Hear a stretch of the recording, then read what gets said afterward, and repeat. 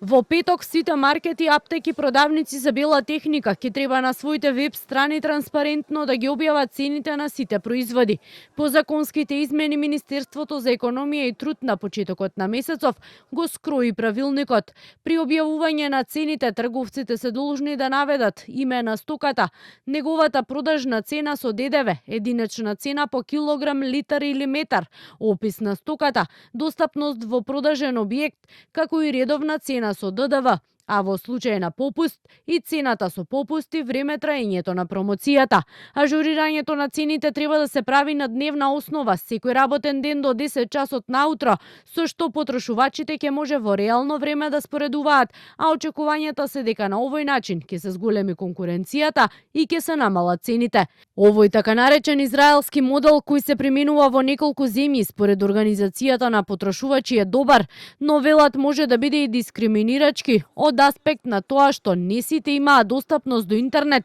и голем маркет во нивна близина. Но дополнително се надеваат дека веќе од петок ќе запре и праксата на одредени маркети со различни цени на рафтовите и на каса. Помалку ќе можат да се вадат трговците на тоа дека немале време, дека цените се менуваат, а они немаат време да ги апдейтуваат, бидејќи тоа веќе на дневна основа ќе биде нивна законска обврска. Што со оние луѓе кои што живеат во рурални средини, кои што немаат ни интернет, меѓутоа немаат ни поголеми маркети, бидејќи од ова се изземени нели микротрговците кои што имаат вработени до 10 луѓе,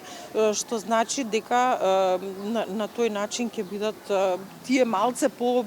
обесправени. Од организацијата велат и дека властите треба да размислуваат за подолгорочни мерки за заштита на стандардот на граѓаните, наместо како сегашните за скалесто ограничување на маржите и замрзнување на цените на одредени производи кои се временски ограничени до крајот на месецов. Сметаме дека овие мерки секогаш треба да бидат подолгорочни, обично кај нас се носат на кратки рокови, месец дена, 2 месеци и ни се случува нели откако ќе престане мерката веднаш да имаме